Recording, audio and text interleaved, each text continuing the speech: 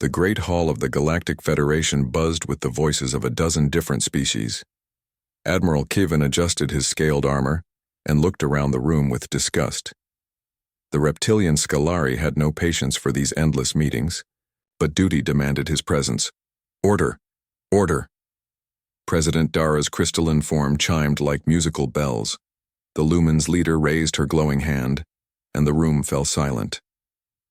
We gather today to discuss the rising pirate attacks on our outer rim worlds. Captain Tajo clicked his mandibles nervously. The insectoid Chitauri had lost 3 cargo ships this month alone. His compound eyes scanned the room, searching for answers that never seemed to come. The Federation was powerful, but pirates always found new ways to strike. Perhaps we should ask the humans for help, joked Commander Veth, his gaseous Vorthon form rippling with amusement. I hear they were great warriors in the old stories. The room erupted in laughter. Even President Dara's crystal body flickered with what passed for humor among her people. Admiral Kivin snorted loudly, his forked tongue flicking out in annoyance. Humans are fairy tales, Kivin growled. Stories told to children. There is no proof they ever existed. Dr. Nabi stepped forward from the observers section. Her crystal body pulsed with a soft blue light, indicating her request to speak. As the Federation's leading archaeologist, she had earned the right to address the Council. With respect, Admiral Kivin, that is not entirely accurate, Nabi said. Her voice carried the musical tone of all lumens, but there was steel beneath the melody. My research shows clear evidence of human civilization across dozens of worlds. Kivin's yellow eyes narrowed.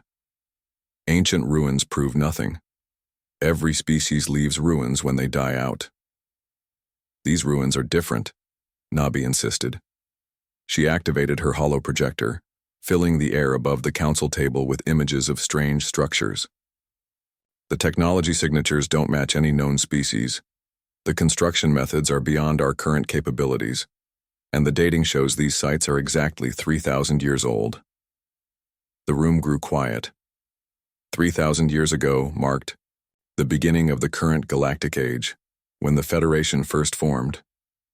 If humans had existed then, why did they vanish without a trace?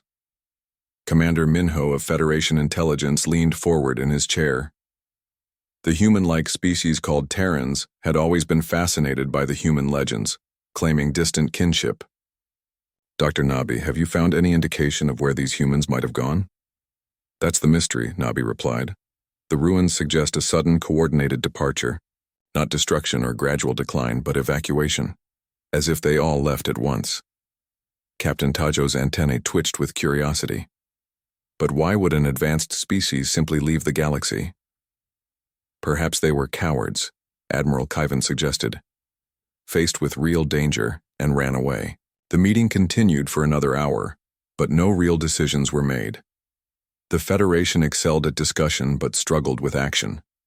As the various representatives filed out, Dr. Nabi remained behind, studying her data with growing concern.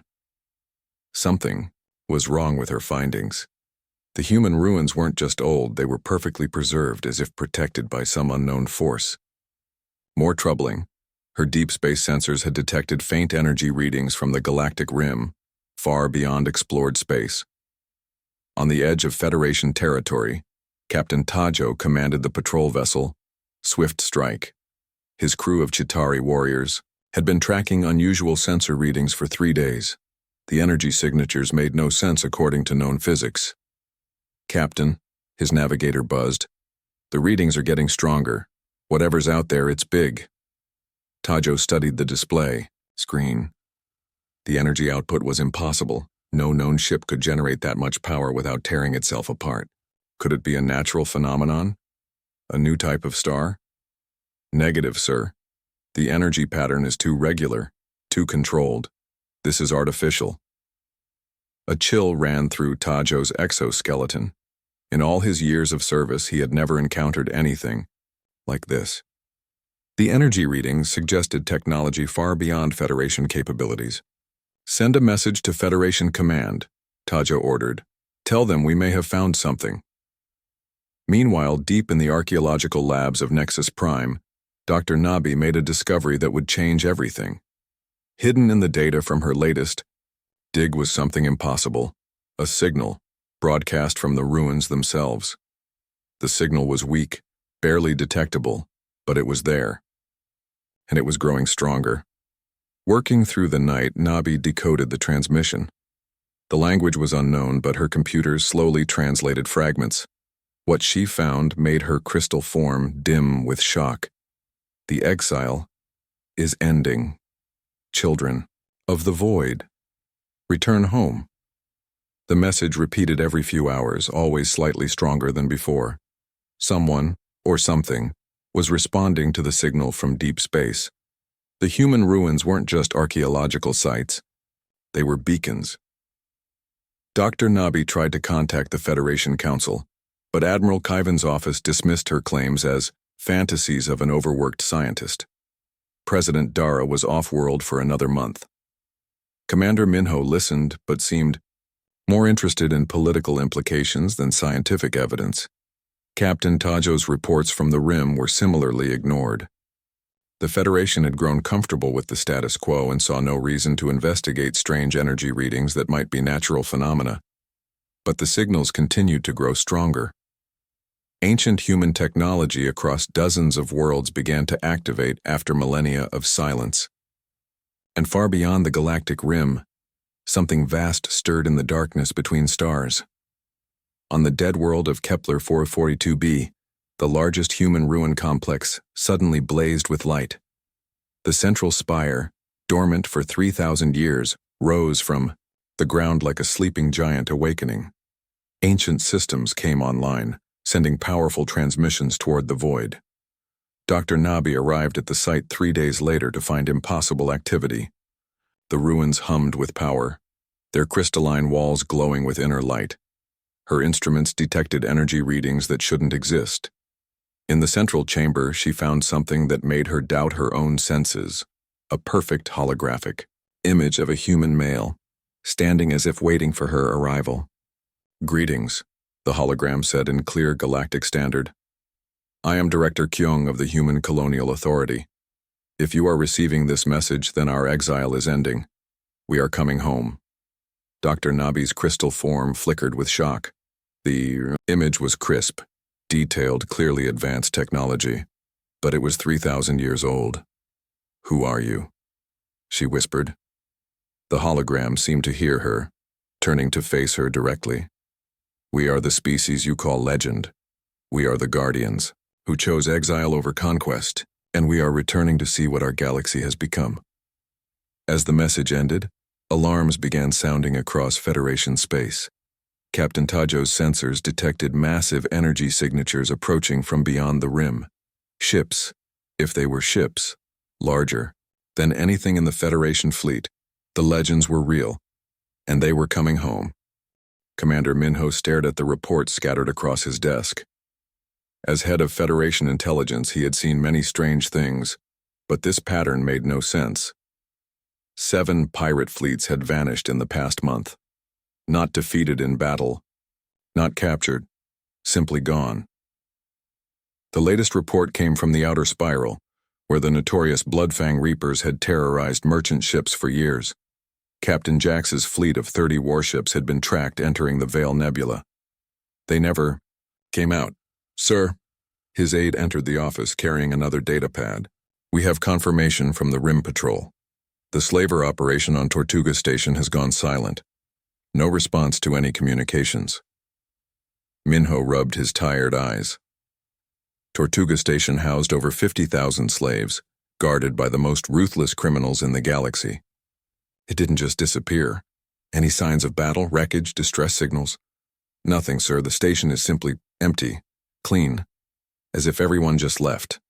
Commander Minho stood and walked to his window, looking out at the busy traffic around. Nexus Prime. Something was hunting in the darkness between stars. Something that could make entire criminal organizations vanish without a trace. On the archaeological world of Kepler 442b, Dr. Nabi worked frantically to unlock more human technology.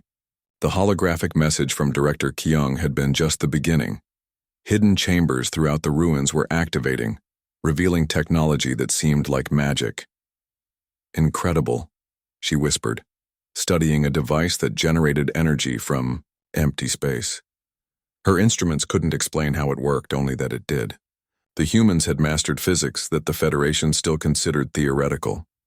Her research team had found similar ruins on 12 other worlds, all showing the same pattern of sudden activation. Ancient human technology was waking up across the galaxy, responding to signals from beyond known space. "Dr. Nabi," her assistant called out, "you need to see this."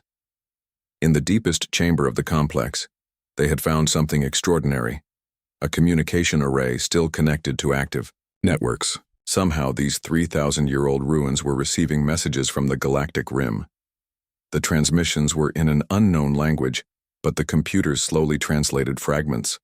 What they found sent chills through Dr. Nabi's crystalline form. Observation complete, galaxy assessment, corruption confirmed, intervention authorized. Someone was watching, someone was judging, and someone was coming.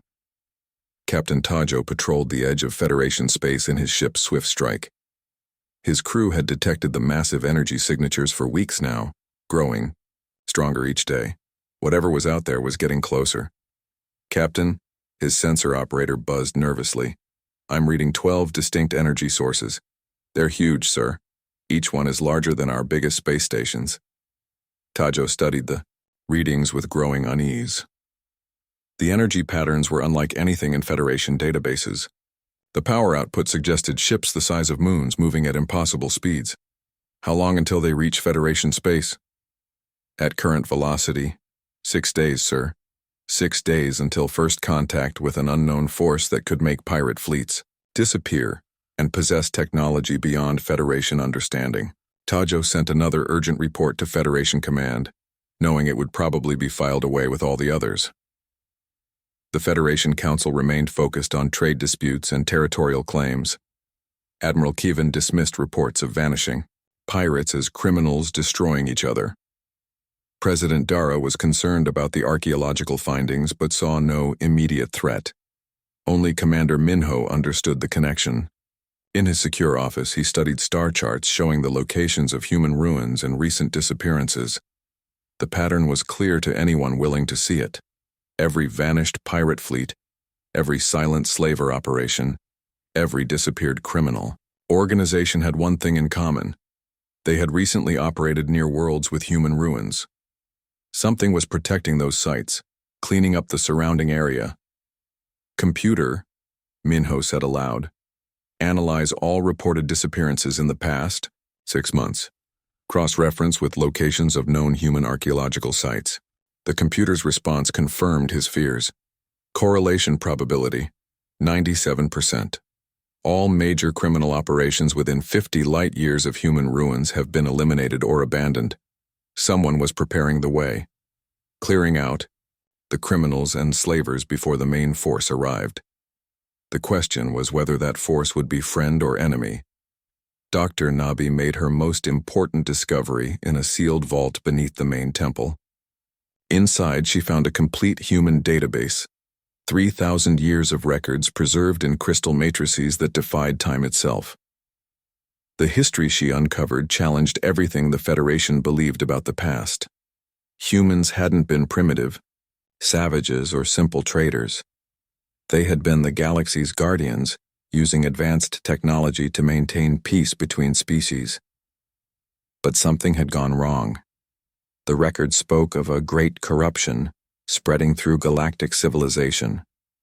Species turning against each other, slavery becoming common, innocent worlds suffering while the powerful grew fat on others' pain.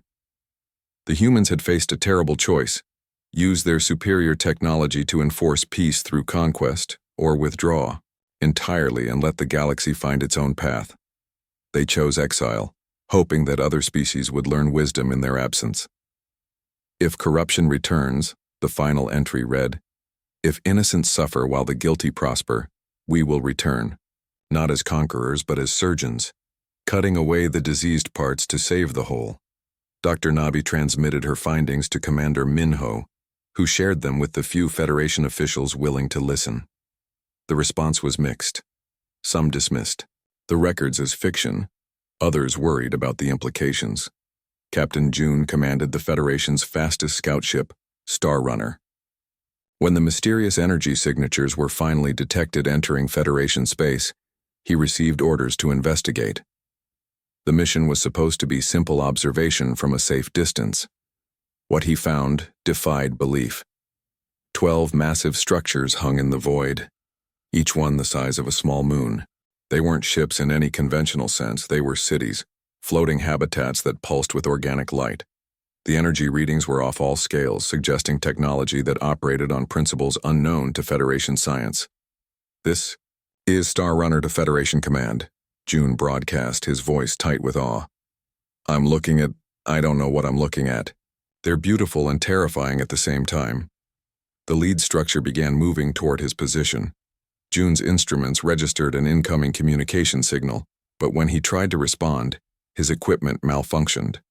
The signal was too complex, too advanced for Federation technology to process. His last clear transmission reached Federation Command, just as his ship's systems began failing. "They're trying to talk to us, but we can't understand. It's like trying to hear music with broken ears. They're so far beyond us." Then the signal cut to static. On Nexus Prime, emergency sessions convened as news spread through the Federation. The mysterious fleet had arrived at the edge of explored space and was slowly advancing toward populated systems. "Long-range sensors," confirmed Captain June's report. 12 impossibly large structures, clearly artificial, clearly advanced. Admiral Kevin demanded immediate military action. "Whatever they are, they're invaders. We should strike first while we still can." President Dara urged caution. Dr. Nabi's research suggests these might be humans returning home. If true, they once protected this galaxy. Perhaps they come in peace. Commander Minho studied intelligence reports from the Rim worlds. "The criminal organizations have stopped all activity. Every pirate, slaver, and corrupt official in a 100 light-year radius has either fled or gone into hiding. These newcomers haven't fired a shot, but they've accomplished more in weeks than our peacekeeping forces have in years." The debate raged for hours, but no decisions were made. The Federation excelled at discussion but struggled with action when faced with the unknown.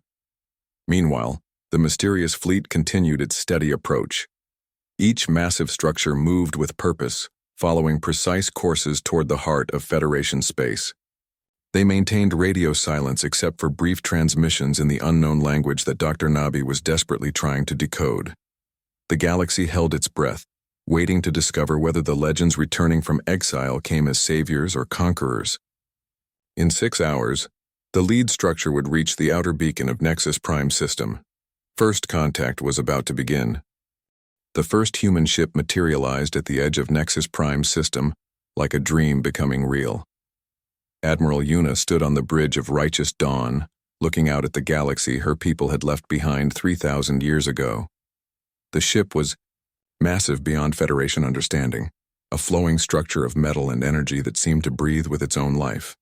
Its hull shifted between silver and gold, pulsing with patterns that hurt to look at directly. This was technology that had evolved far beyond anything the current galaxy could imagine. "Admiral," her communications officer reported, "we're receiving hundreds of transmissions from the local system. They seem excited." Yuna smiled softly. She was tall even for a human, with long black hair and eyes that held the wisdom of centuries. Her people had learned to extend their lives during the long exile, giving them time to grow beyond what they once were. "Open a channel to the Federation Council." It's time they learned the truth. On Nexus Prime, alarms rang throughout the government complex. President Dara's crystal form flickered rapidly, indicating extreme stress. The energy readings from the human ship were impossible. It generated more power than their entire solar system. "Incoming transmission," the communications officer announced.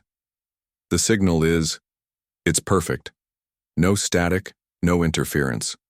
Whatever they're using, it's far beyond our technology." The main screen activated, showing Admiral Yuna standing in what could only be the bridge of her vessel. Behind her, other humans moved with calm purpose, operating controls that seemed to respond to thought rather than touch. "Greetings," Yuna said, her voice carrying clearly through the chamber. "I am Admiral Yuna of the human colonial fleet. We are the children of Earth, the guardians of the forgotten. We have returned to see what our galaxy has become." The Federation Council sat in stunned silence. The figure on the screen was clearly human. The species they had dismissed as legend was standing before them, commanding technology that made their greatest achievements look primitive. Admiral Kiven recovered first, his scaled face twisting with anger. "You claim to be human? Prove it. Show us your homeworld, your history, your right to enter our space uninvited." Yuna's expression didn't change, but data began flowing across every screen in the chamber. Star charts showing human colonies spanning the galaxy 3 millennia ago. Archaeological records that matched Dr. Nabi's findings perfectly. And most stunning of all, detailed histories of every species now in the Federation, including knowledge of their early development that only their most ancient legends contained. "We know you because we helped raise you," Yuna said quietly. The Chitauri's first spaceflight was guided by human navigation beacons.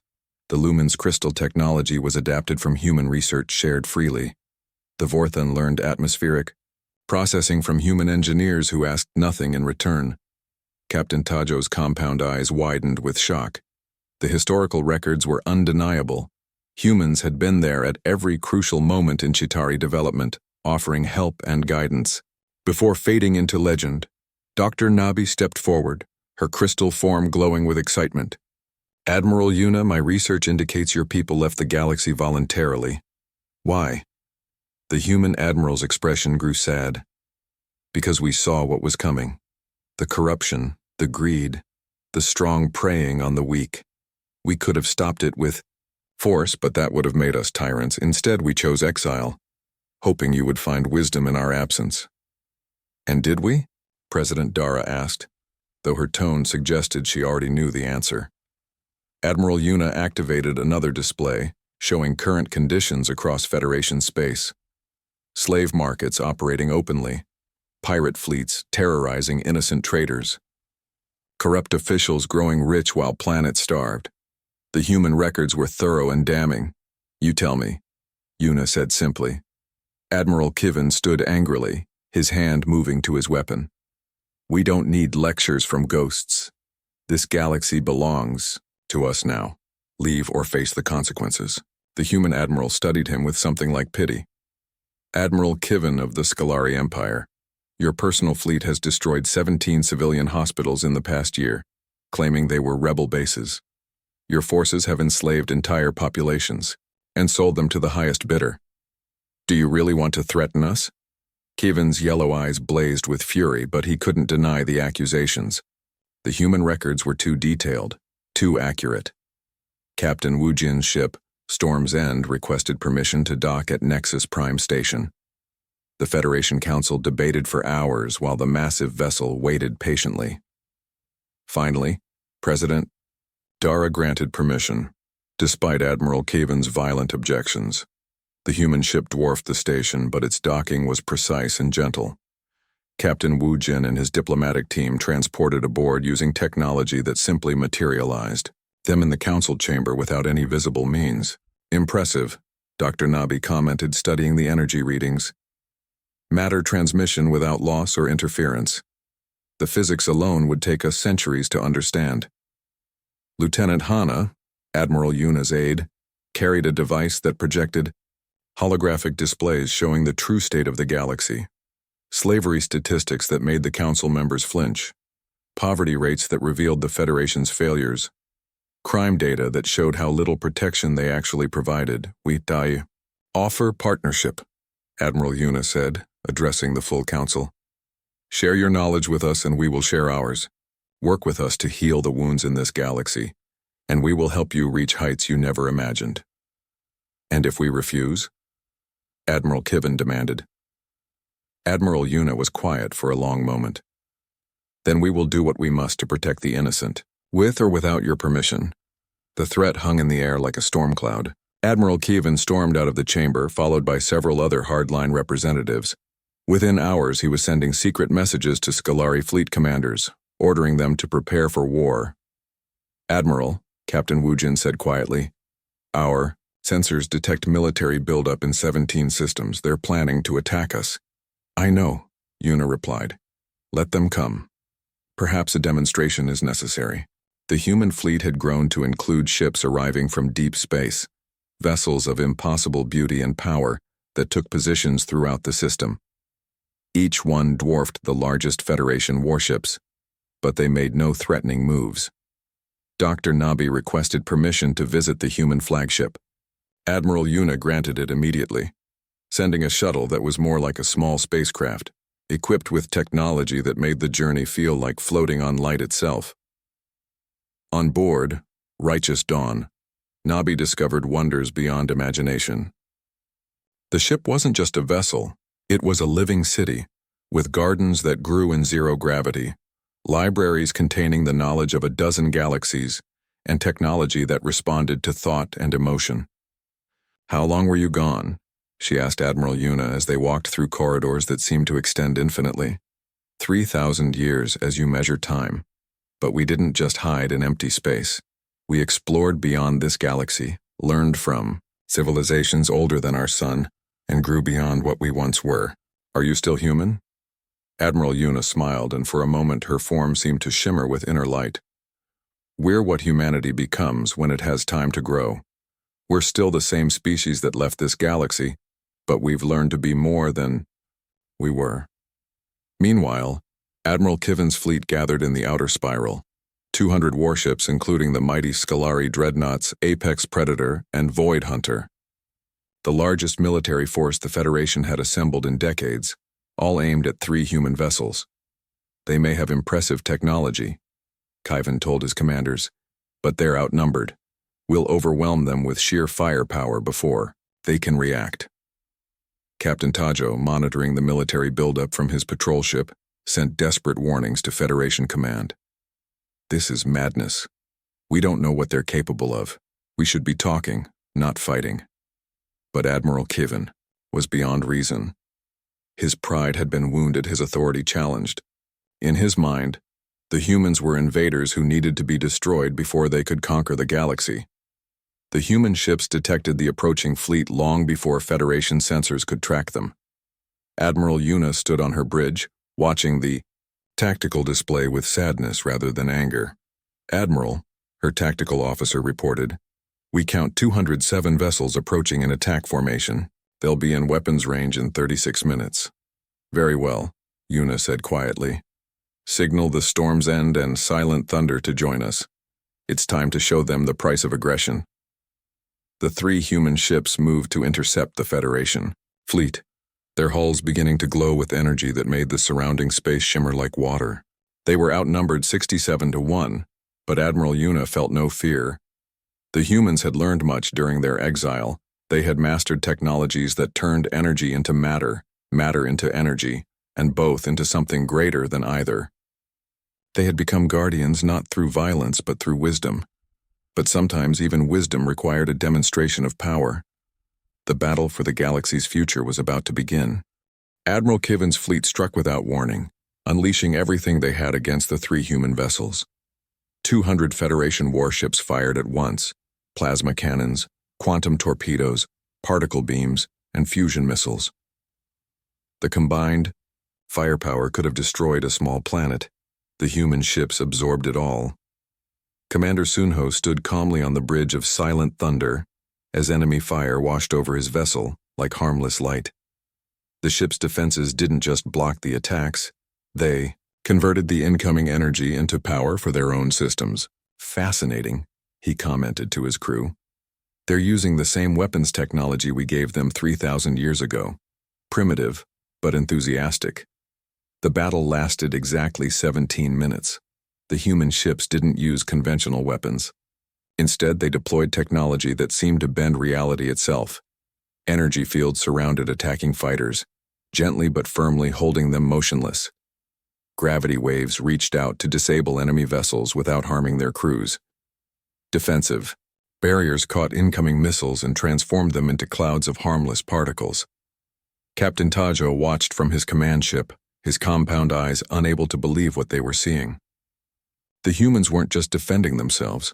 They were teaching a lesson in the difference between power and wisdom. "Captain," his weapons officer buzzed nervously. "Should we join the attack?" "Absolutely not," Tajo replied firmly.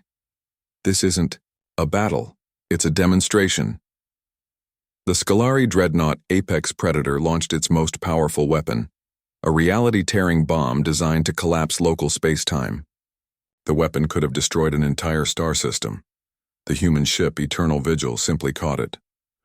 Captain Minju extended her vessel's energy field around the bomb, containing its destructive force and converting it into pure light that painted beautiful patterns across the darkness of space. Where the weapon should have created death, there was only beauty. "Admiral Kiven," she broadcast to the Scolari flagship, "your crews are brave, but your cause is wrong. Surrender now, and no one needs to die today." Kiven's response was to order his remaining ships to ram the human vessels. But even this desperate tactic failed. The human ships simply moved aside with impossible grace, their hulls flowing like liquid as they avoided collision. Admiral Yura of the human fleet finally ended the engagement with a single demonstration. The righteous Dawn fired a beam of pure energy, not at the enemy ships but at a nearby asteroid field. The rocks didn't explode or shatter. Instead, they transformed into a garden of crystal flowers that bloomed in the vacuum of space. The message was clear. We could destroy you, but we choose to create instead. The Federation fleet stopped fighting. Ship after ship powered down their weapons and waited for instructions. Admiral Kiven found himself alone in his fury, commanding a flagship surrounded by vessels whose crews no longer followed his orders. "This is impossible," he snarled at his bridge crew. "No species is this advanced. They must be using some kind of trick." But even his own officers could see the truth. The humans possessed technology so advanced it seemed like magic, but they used it with restraint and wisdom that no Federation species had ever achieved. Dr. Nabi, still aboard the Righteous, Dawn watched the aftermath with wonder. The human ships had disabled over 200 enemy vessels without killing a single crew member. They had demonstrated overwhelming power while showing perfect mercy. "How?" she asked Admiral Yuna. "How did you become so advanced?" "Time," Yuna replied simply.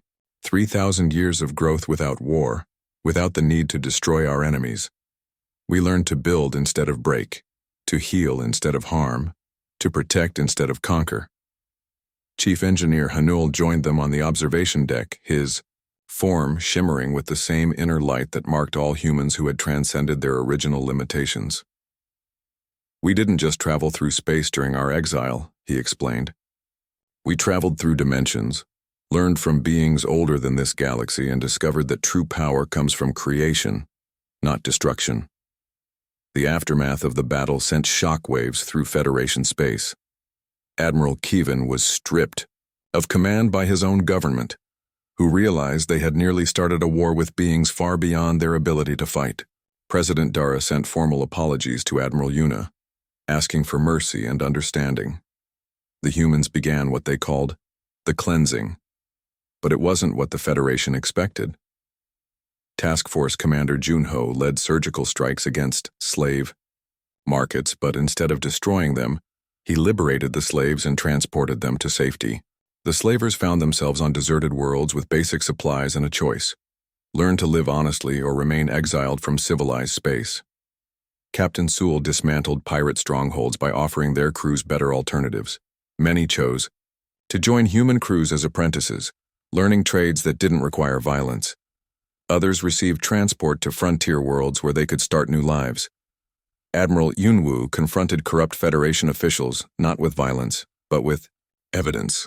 Her ships arrived at their palatial homes and corporate headquarters carrying complete records of their crimes. The corrupt officials faced a simple choice: make restitution to those they had wronged or face trial before a joint human federation. Court most chose restitution. Dr. Nabi found herself serving as a liaison between human and Federation scientists. The humans shared their knowledge freely, but warned that some technologies required wisdom to use safely. "Your people aren't ready for reality manipulation or dimensional travel," Admiral Yuna explained during one of their meetings. "But we can help you develop better medicine, cleaner energy, and more efficient food production. The basics of civilization must be strong before you can reach for the stars. However, not all humans agreed with this gentle approach. Admiral Taiwan commanded the human vessel, Final Judgment, and his crew had grown tired of patience during their long exile. They had watched from afar as the galaxy descended into corruption and barbarism, and some of them believed mercy was wasted on species that refused to learn.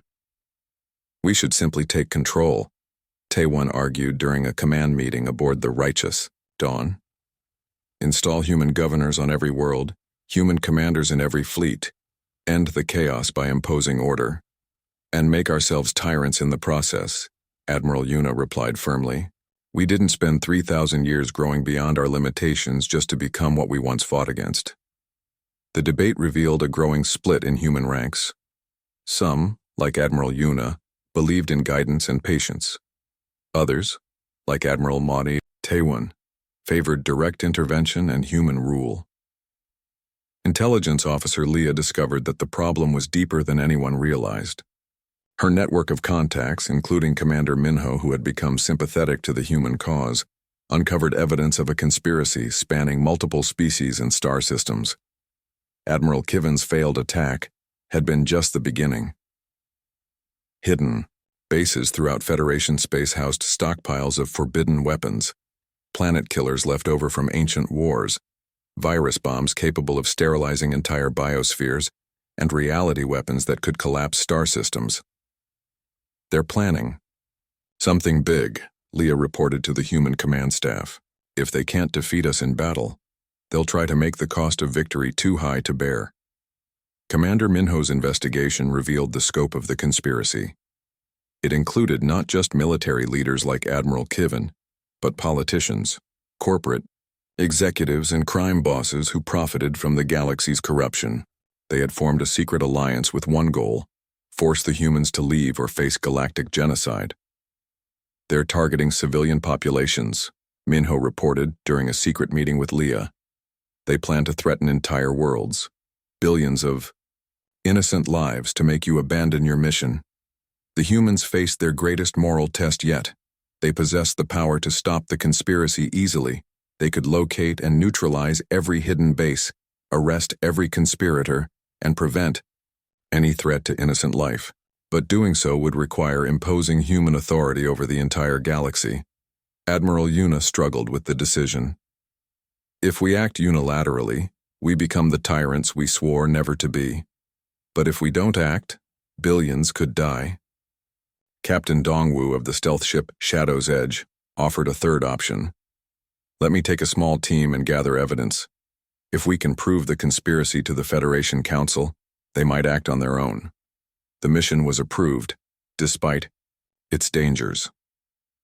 Dongwu led a team including Sergeant Jiwan and Specialist Huna on a covert operation to infiltrate the conspiracy's main base on the rogue planet Tartarus. What they found there shook even the experienced human operatives. The conspiracy was larger than anyone had imagined, involving Federation Council members, military commanders from a dozen species, and even some humans who had been left behind during the original exile. Admiral Sang-hoon, thought dead for 3 millennia, appeared in a holographic message addressing the conspirators. "The galaxy doesn't need salvation," he declared. "It needs strong leadership.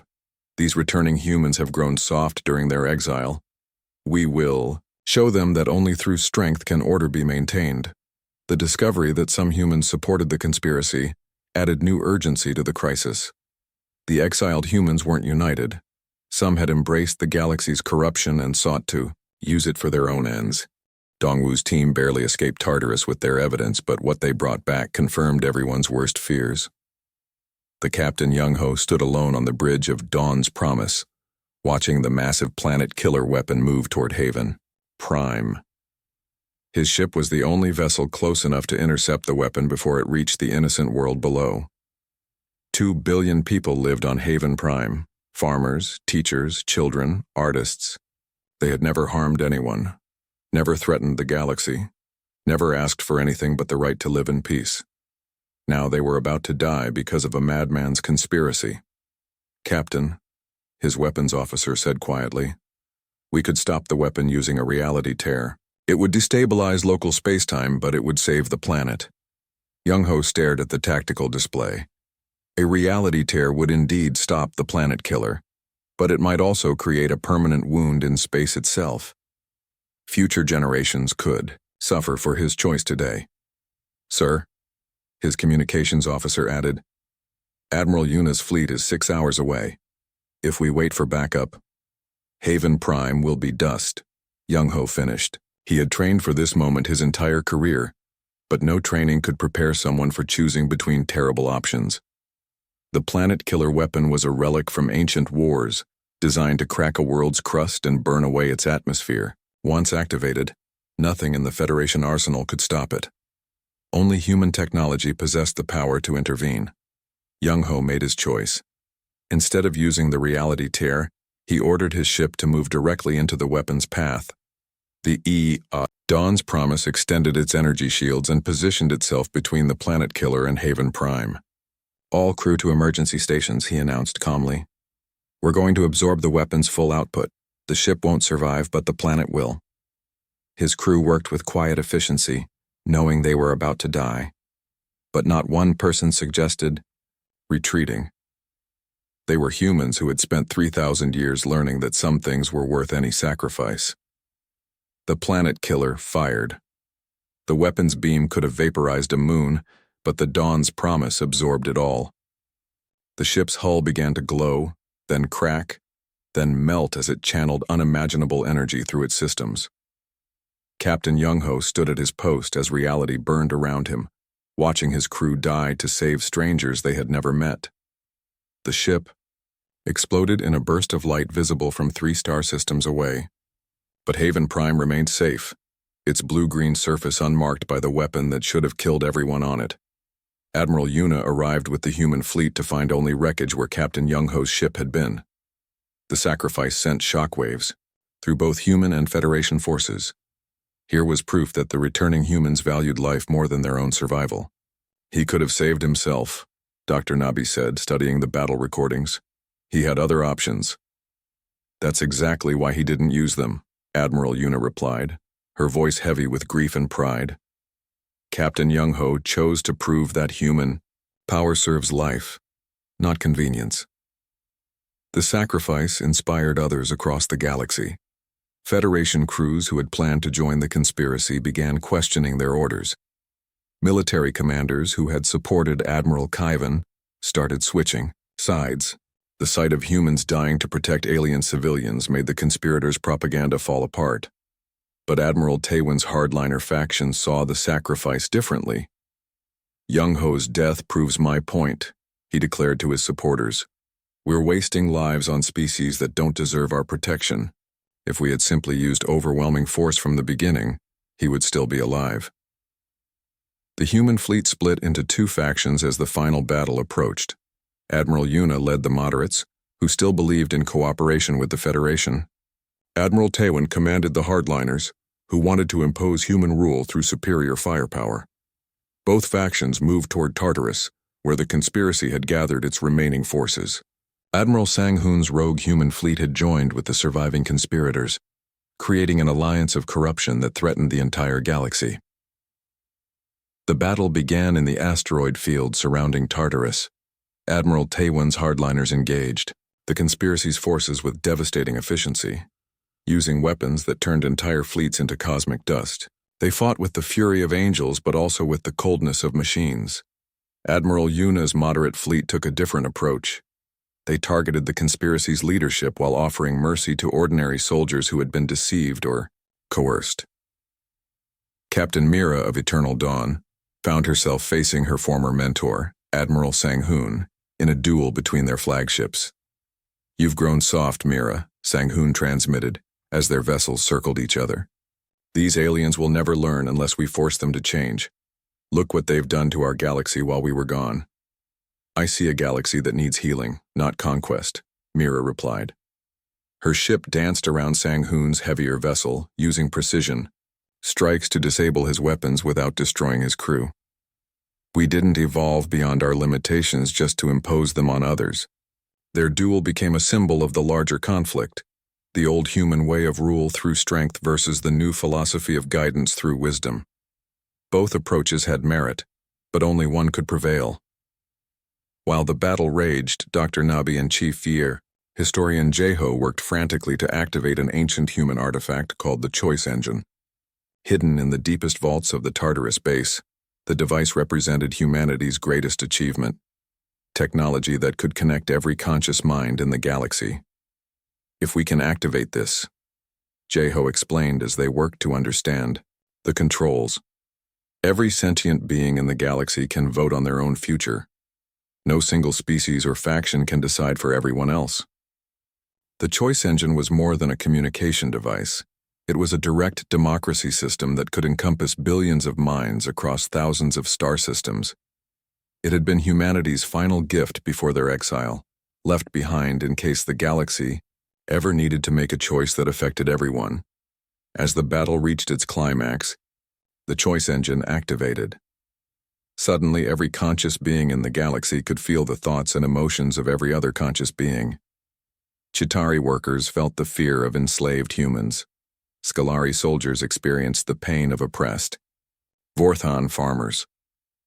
Federation officials felt the hope and dreams of countless species they had never met. The collective consciousness wasn't chaos, it was clarity. For the first time in galactic history, every person could understand every other person's perspective. The vote that followed wasn't decided by governments or militaries, but by ordinary beings making their voices heard. The choice was simple: order through conquest or growth through cooperation. The result was overwhelming. Despite all the fear and uncertainty, the vast majority chose hope over despair, cooperation over domination, healing over vengeance.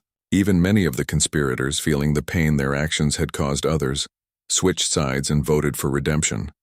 Admiral Sang-hoon, connected to the collective consciousness like everyone else, finally understood what his former student had been trying to tell him. He felt the genuine love that Mira and her crew had for all life, alien and human alike. He experienced the gratitude of the Haven Prime survivors toward Captain Young-ho's sacrifice. "I was wrong," he transmitted to Mira, his weapons powering down. "I thought strength meant domination, but you've shown me it means protection. I surrender to your authority and ask for the chance to make amends." Admiral Taewon's hardliner faction found themselves isolated as their own crews began questioning their methods. Connected to the galaxy's collective consciousness, they could feel the terror their weapons caused, the despair their coldness created. One by one, they chose to join Admiral Yuna's moderate faction. The conspiracy collapsed as its members experienced the pain they had caused others. Corrupt officials felt the suffering of those they had oppressed. Military commanders experienced the fear of civilians they had threatened. Crime bosses understood the desperation of their victims. Most chose redemption over continued resistance. The Choice Engine's effect lasted only a few hours, but it changed the galaxy forever. Species that had been enemies for centuries suddenly understood each other's perspectives. Old conflicts dissolved as beings realized their similarities outweighed their differences. Admiral Yuna stood before the Joint Human Federation Assembly on Nexus Prime, addressing representatives of every major species in the galaxy. The hall buzzed with translated conversations as former enemies worked together to plan their shared future. "Today we begin something new," she announced. "Not human rule or Federation dominance, but true partnership between all conscious beings. We will make mistakes, face challenges, and sometimes disagree, but we will face them together." Ambassador Jinwoo presented the new compact, a constitution for galactic civilization based on the principles revealed by the Choice Engine. Every species would have a voice, every world would be protected, and no being would suffer while others prospered. Captain Tajo became the first non-human to serve aboard a human vessel, joining the crew of Admiral Yuna's flagship as a cultural liaison. Dr. Nabi was appointed as the first director of Galactic Archaeological Preservation, tasked with protecting ancient sites and sharing their knowledge with all species. The former conspirators faced justice, but it was restorative rather than punitive. Admiral Kaivan found himself assigned